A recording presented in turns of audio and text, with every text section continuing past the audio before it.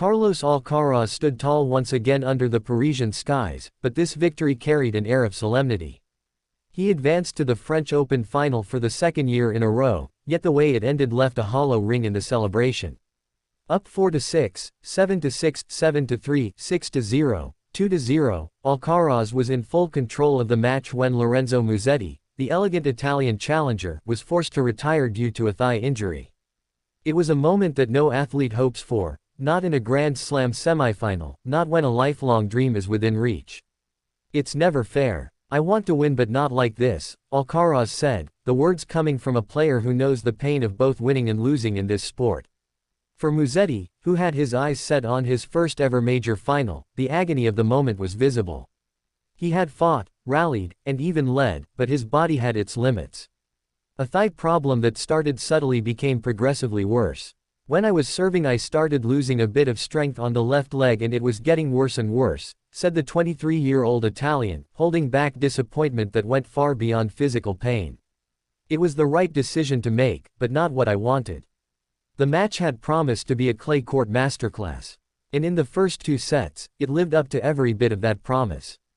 Both men have dominated the red dirt this season. Alcaraz, the young matador from Spain, entered with the most clay wins on tour. Musetti followed close behind. Their styles, though different, blend beautifully on this surface.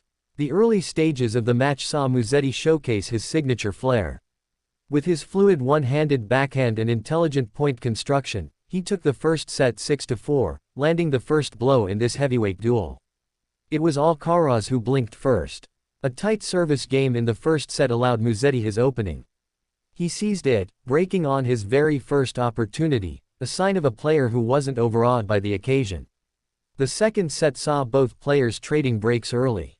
Alcaraz broke in the third game. Musetti hit back immediately for 2-2.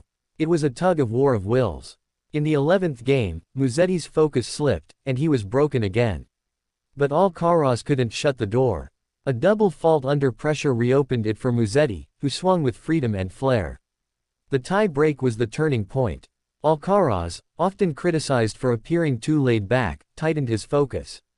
He raced to a lead and finally clinched it on his third set point. He let out a rare roar. With the match tied, something shifted. Alcaraz found another gear. Musetti began to fade. The third set turned into a rout. Alcaraz stormed through it 6-0 in just 22 minutes, dropping only 5 points. The crowd sensed something was wrong with Musetti. His movement had dulled, his fight dimmed.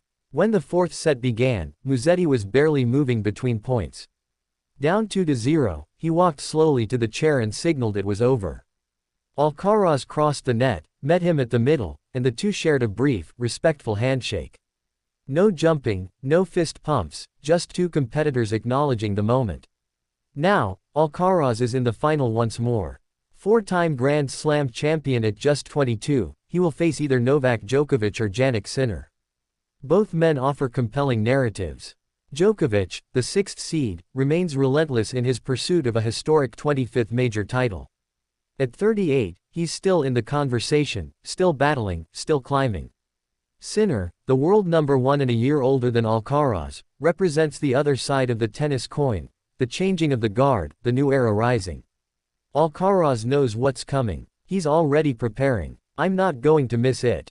This match is one of the best matchups we have in tennis right now," he said, looking ahead to the other semifinal. "It is going to be great tennis.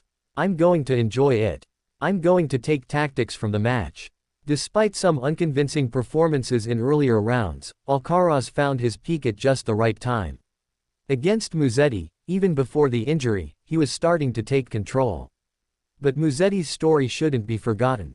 His run to the semis was his best Grand Slam result. He had reached the semis of every major clay event this season. He showed that he belongs in the upper tier. Questions had loomed over whether he could go toe-to-toe with the sport's elite. In this tournament, he answered many of them. He took a set off the defending champion. He fought through physical pain. He did not quit easily. Yet fate, and perhaps timing, weren't on his side. For Alcaraz, the campaign continues. He walks into Sunday with momentum, with confidence, and with history in his sights. The stage is set for a defining clash. Whether it's against a legend or a rival from his own generation, the final promises fire. From the clay of Paris to the dreams of a champion, Carlos Alcaraz is now just one win away from defending his French Open crown. This wasn't the path he would have chosen. But it's the one he's walked, and now he stands at the edge of greatness once again.